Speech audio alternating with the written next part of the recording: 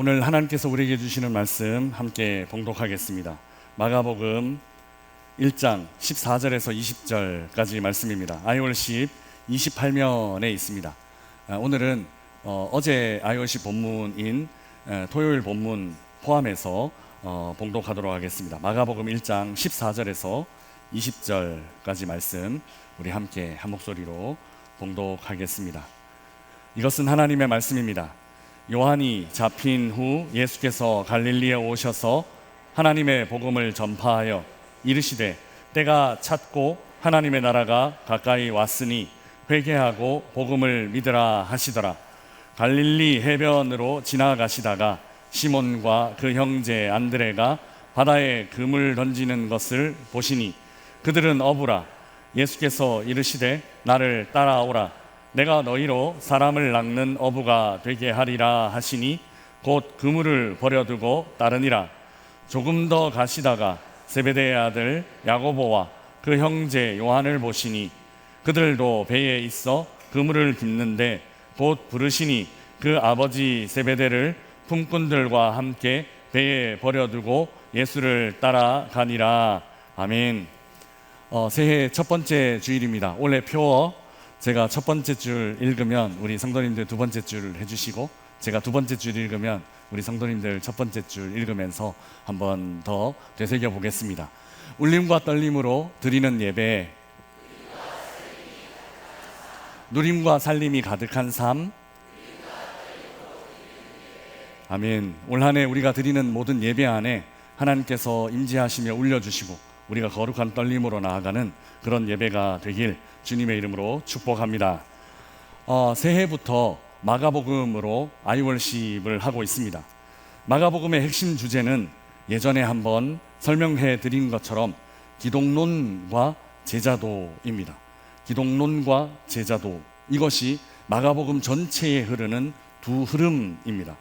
기독론은 무엇인가 하면 예수님이 누구신가 하는 주제이고, 제자도는 무엇인가 하면 예수님 믿는 우리는 어떻게 살아야 하는가 하는 주제입니다.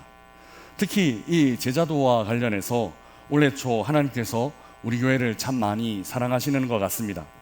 수요일마다 또 제자도에 대해서 묵상을 하게 될 텐데요, 주보 클릭에 광고가 된 것처럼 1월, 2월 이 겨울방학 때 수요일마다 기독교 고전 중에 하나인 데이비드 왓슨의 제자도를 함께 묵상하려 합니다. 이번에도 우리 목사님들이 너무너무 열정적으로 잘 준비하고 계신데요, 필독서이니까 책을 예전에 읽으셨겠지만 한번 구매를 하셔도 좋겠고, 또 북카페에 비치된 책을 함께 읽으면서 그렇게 다시 한번 우리 마음속에 제자도를 새겨보면 어떨까 싶습니다.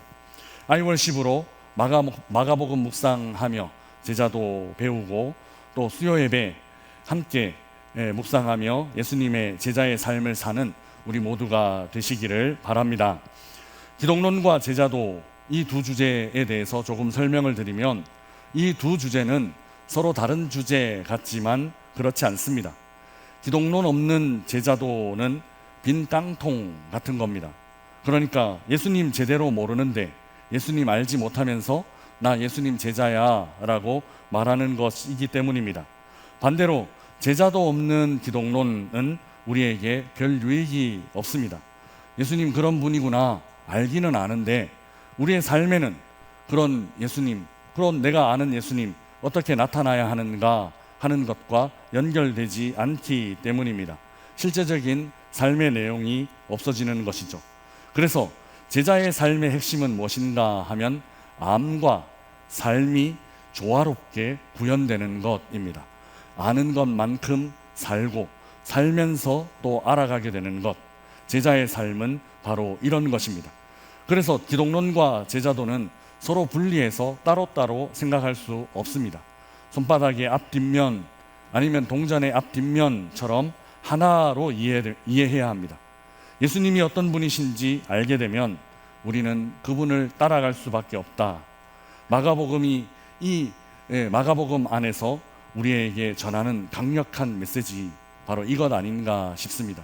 예수님이 어떤 분이신지 알게 되면 우리는 그분을 따라갈 수밖에 없다.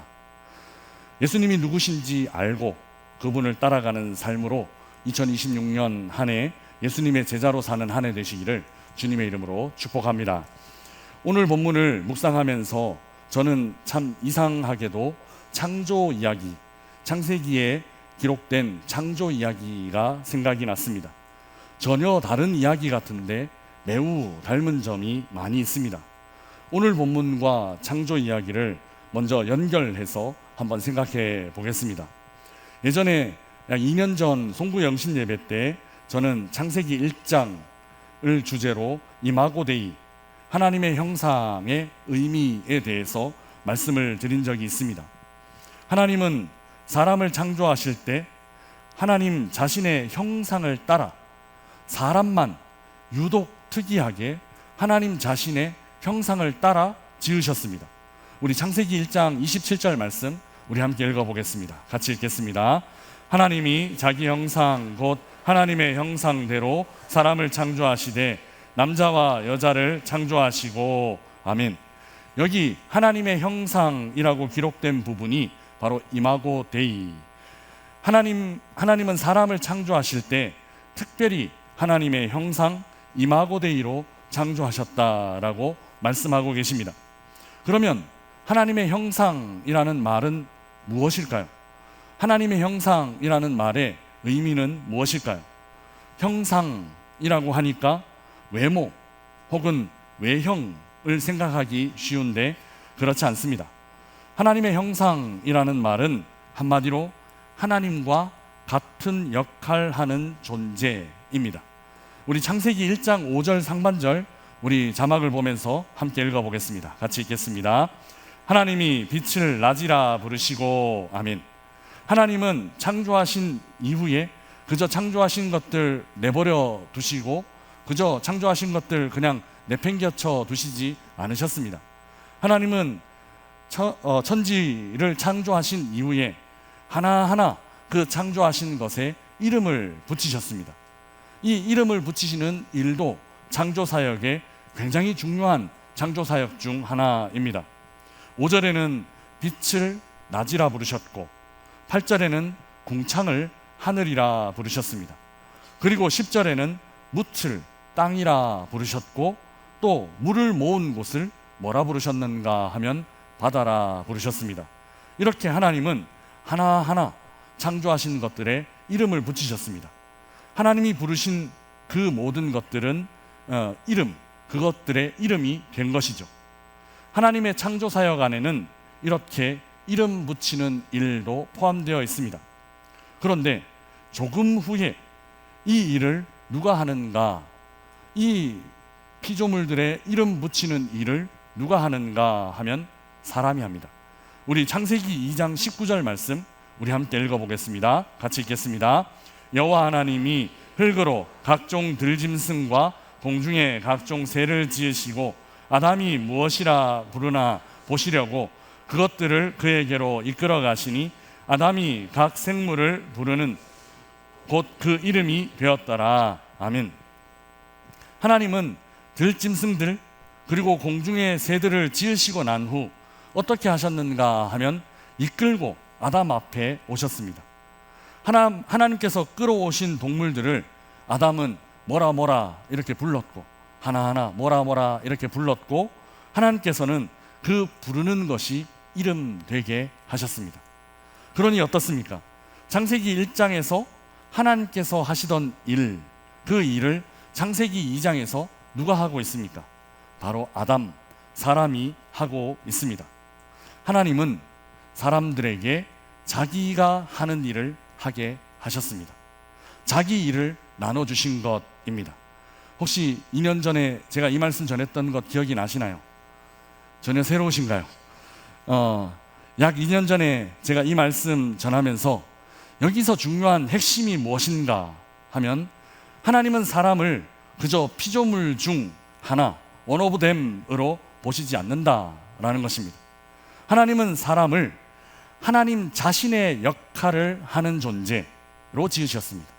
하나님 자신이 하는 일을 함께 공유하며 함께 나누며 일하는 존재로 지으셨다라는 것이죠. 자신과 동일한 역할, 자신과 동일한 일 하는 존재로 우리 사람을 지으셨습니다.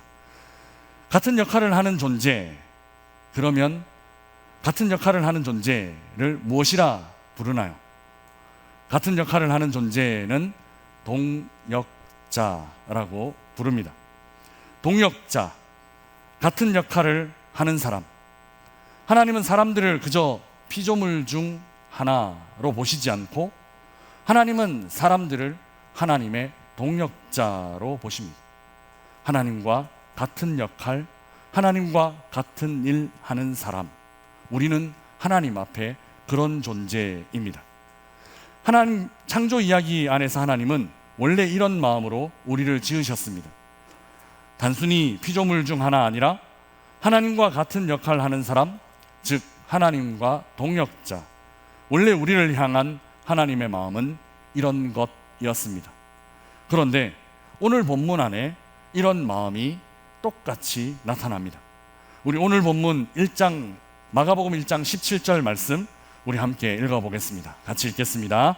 예수께서 이르시되 나를 따라오라 내가 너희로 사람을 낚는 어부가 되게 하리라 하시니. 아멘.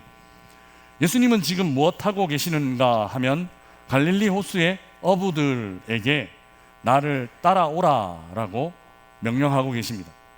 그리고 나를 따라오는 목적, 그러니까 부르심의 목적을 이렇게 말씀하십니다. 사람을 낚는 어부가 되게 하리라 라고요. 예수님은 사람을 낚는 어부가 되게 하기 위해 제자들을 부르셨습니다. 이 모습이, 바로 이 모습이 창세기에 나타나는 모습과 똑같습니다.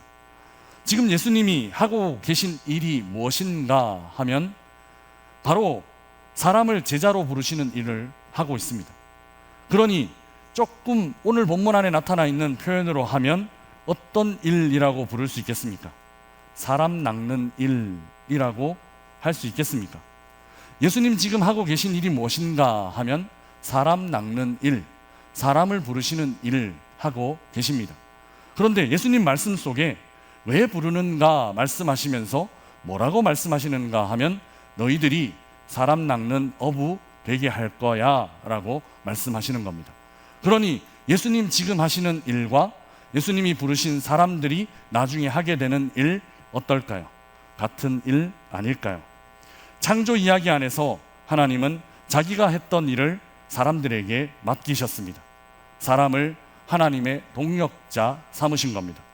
그런데 구원 이야기 안에서 예수님은 동일하게 일하십니다. 자기가 하고 있는 일, 사람 낚는 일, 사람 부르시는 일, 그 일 위해 제자들을 부르고 계시다라는 것이죠. 예수님이 부르신 예수님의 제자들은 예수님과 동일한 일 하게 될 것입니다. 그래서 예수님의 제자들은 이렇게 부를 수 있습니다. 예수님의 동역자들이라고요. 하나님의 형상 이마고 데이대로 지음받은 우리는 하나님의 동역자입니다. 하나님이 부르신 예수님이 부르신 예수님의 제자인 우리는 또한 예수님의 동역자입니다. 이런 하나님의 동역자, 예수님의 동역자의 삶을 사는 우리 성도님들 되시기를 주님의 이름으로 축복합니다. 우리는 그저 평범한 일상을 살아가고 있지만, 그저 아무도 알아주지 않는 그런 일들 하고 있지만, 그럼에도 불구하고 하나님은 우리를 뭐라 여겨주시는가 하면 나의 동역자야 라고 말씀하고 계십니다. 우리는 그저 평범한 일상 생업의 현장에서 일하고 있지만, 가정에서 그저 평범한 가사의 일 하고 있지만, 그렇지만 우리 주님은 우리를 무엇이라 세워주시기 원하시는가 하면 우리 주님은 예수님의 동역자로 우리를 불러주시기 원하십니다. 그러면 예수님의 동역자인 예수님의 제자들이 예수님을 따르기 위해 가장 먼저 했던 실제적인 일은 무엇일까요? 우리 18절 말씀 함께 읽어보겠습니다. 같이 읽겠습니다. 곧 그물을 버려두고 따르니라. 아멘. 시몬 즉 베드로와 안드레는 그물을 버려두고 예수님을 따랐습니다.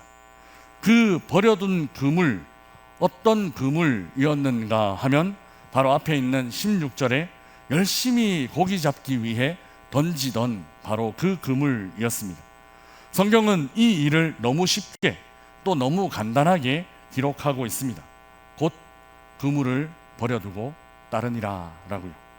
그러나 그물 버리는 일 결코 쉬운 일 아닙니다.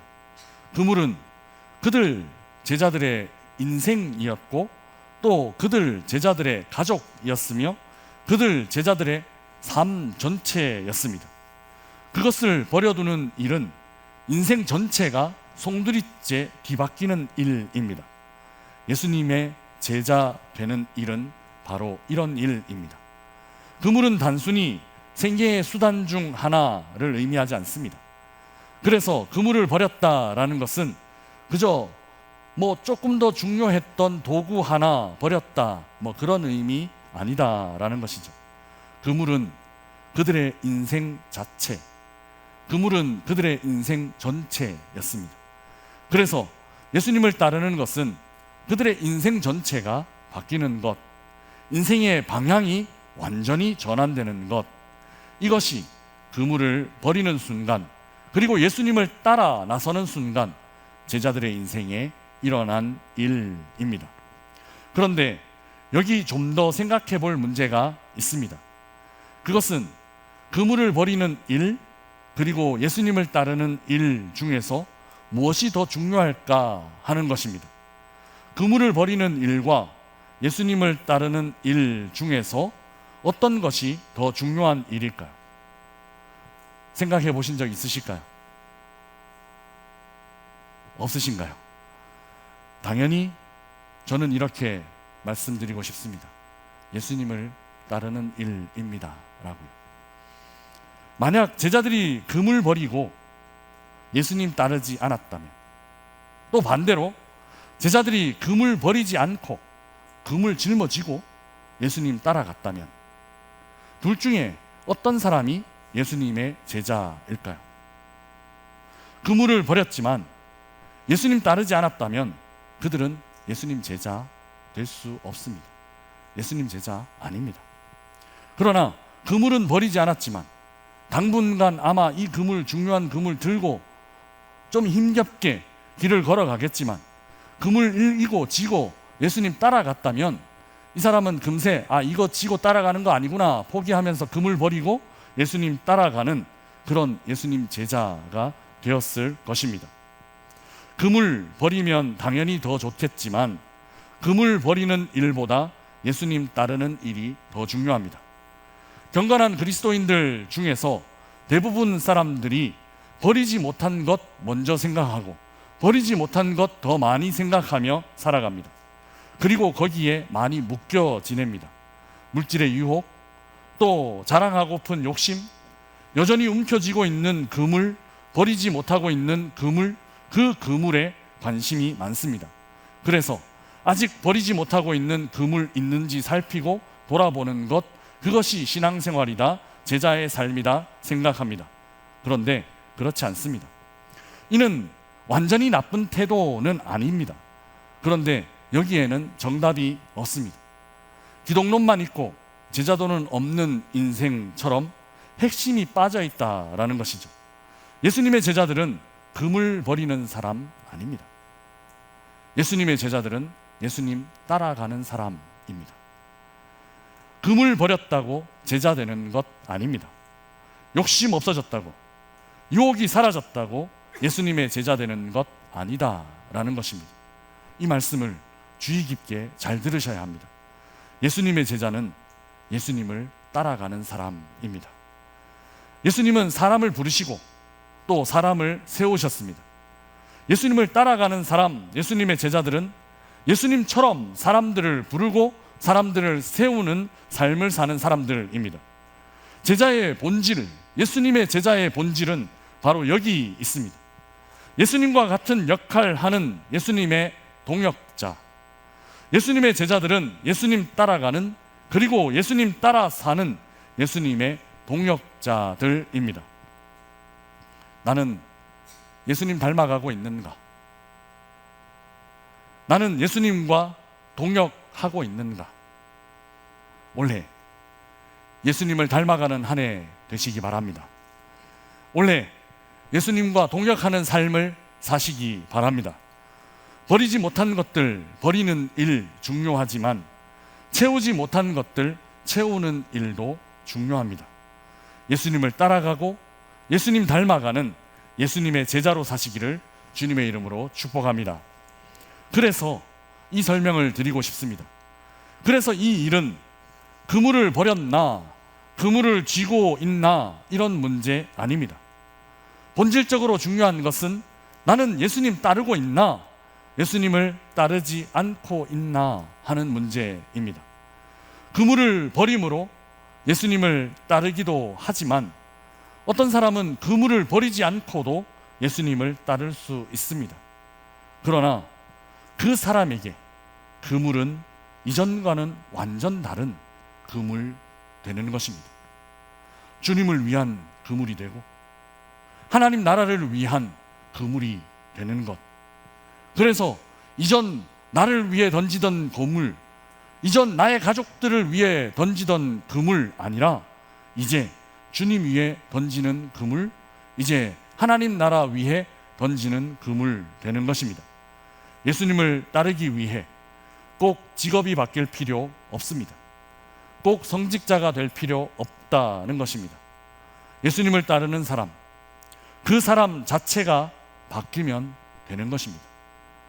동일한 사무실에 앉아 동일한 업무를 보고 있다 하더라도, 동일한 교실에 앉아 동일한 공부를 하고 있다 하더라도 예수님의 제자들의 일상은 완전히 달라져야 하는 것입니다. 이렇게 살아도 되나 싶은 그런 삶을 살고 있다 하더라도, 이 낮고 비천한 자리까지 우리 하나님 오실 수 있나 싶은 그런 일상 보내고 있다 하더라도 그렇지 않습니다. 우리 주님은 그곳에서 우리와 함께 하십니다. 이와 관련된 여러분이 잘 아시는 이야기가 하나 있습니다. 17세기 프랑스 한 수도원의 평신도 수도사에 대한 이야기입니다. 그는 평신도였고 사제가 아니었기 때문에 수도원에서 주로 어떤 일을 했나 하면 부엌에서 잡일들을 했고 허드렛 일들을 맡아 했습니다. 처음 이 일을 하면서 4년 동안 그는 불평했다고 합니다. 그의 책에는 당시에 그의 모습을 이렇게 회고하고 있습니다. 그는 자기에게 할당된 임무에 신바람을 느끼지 못했고 그 다음 4년간 마지못해 주어진 일을 수행했을 뿐이며 그것이 전에 지은 죄들에 대한 일종의 속죄라고 간주했다라고요. 그러나 그는 4년이 지난 시점에 큰 깨달음을 얻습니다. 자신을 돌아보며 지금 자신은 너무 자신의 모습에만 집중하고 있다라는 반성을 하게 됩니다. 자기 자신의 비루함에만 너무 집중하고 있었다라는 것을 깨닫고 그래서 생각을 고쳐 먹습니다. 하나님 사랑하는 마음으로 수도원에 맡은 일을 하기로, 그래서 나 자신이 아니라 하나님께 집중하기로 마음을 고쳐 먹습니다. 그리고 그는 이렇게 고백합니다. 이 결심이 그의 삶을 바꾸었다. 머슴살이 같은 가장 천한 일까지도 하나님 사랑으로 행하고 그 일을 하나님을 섬기는 일로 접근하려는 의식적인 소원은 그의 태도를 바꾸었다. 뜻밖의 기쁨이 그를 충만하게 했다. 이 글의 주인공 평신도 수도사는 로렌스 형제라는 사람입니다. 하나님의 임재 연습이라는 유명한 책으로 잘 알려졌고 방금 읽어드린 부분은 그 책의 일부분입니다. 잘 아시는 이 로렌스 형제의 이야기는 일이 바뀐 것 아니라 사람이 바뀌는 이야기입니다. 일은 그대로인데 그 일을 대하는 태도가 바뀌고 그 일을 하고 있는 자세가 바뀌는 그런 이야기입니다. 예수님의 제자가 되는 것도 마찬가지입니다. 직업이 바뀌는 것 아니라 내가 바뀌는 것입니다. 동일한 일을 하더라도 그 일을 대하는 태도와 자세, 그 태도와 자세가 본질적이고 근원적으로 바뀌는 것입니다. 하나님의 동역자는 이런 사람입니다. 자입니다.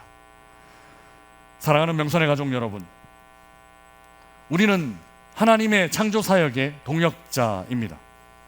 그리고 우리는 예수님의 구원 사역의 동역자입니다. 그래서 우리는 예수님의 제자입니다. 예수님의 제자는 예수님을 따르는 사람입니다. 예수님은 사람을 부르시고 사람을 세우셨습니다. 그물이나 배 따위가 줄 수 없는 놀라운 삶의 의미, 그 놀라운 인생의 의미를 전해주셨습니다. 그물을 버리는 일, 그 일은 나쁜 일은 아닙니다. 그러나 예수님을 따르는 일이 더 중요합니다. 올해 예수님을 따르는 삶을 사십시다. 나는 얼마나 예수님을 따라가고 있나 하는 이 기준으로 우리의 삶을 돌아보십시다. 꼭 대단한 일 하는 것 아니라 하더라도 우리는 우리의 일상 가운데 우리 주님의 제자, 예수 그리스도의 제자로 살아갈 수 있습니다. 꼭 대단한 눈에 보이는 변화 없더라도 우리는 우리의 이 평범한 일상 가운데서 예수님의 제자로 살아야 합니다. 우리의 일터에서 우리는 예수님의 제자입니다. 그 일터에서 우리는 예수님과 동역하고 있기 때문입니다. 우리의 가정에서 우리는 예수님의 제자입니다. 그 가정 안에서 우리는 예수님과 같은 역할을 하고 있기 때문입니다. 우리의 모든 삶의 자리에서 우리는 예수님의 제자입니다. 그 삶의 자리마다 예수님과 함께 일하고 있기 때문입니다. 나는 예수님의 제자입니다. 나는 예수님과 같은 역할을 하고 있습니다. 나는 예수님과 함께 일하고 있습니다. 이 마음으로 2026년 한 해를 승리하며 주님의 동역자로 살아내는 우리 모든 명선의 가족들 되시기를 주님의 이름으로 축복합니다. 우리 주신 말씀 생각하며 함께 찬양하겠습니다. 주님 말씀하시면 이라는 찬양, 우리 가사를 생각하며 함께 고백하겠습니다.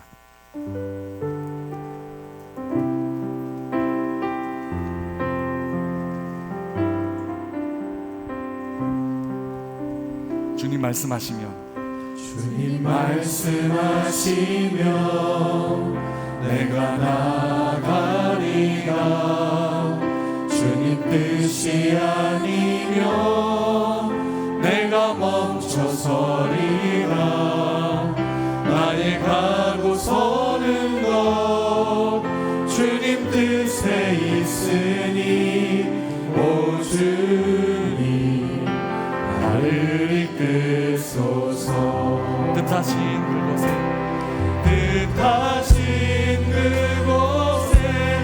나 있기 원합니다.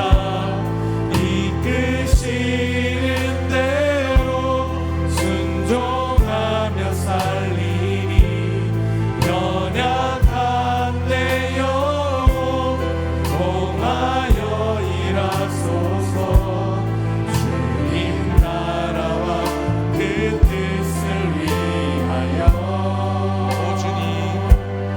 오 주님 나를 이끄소서.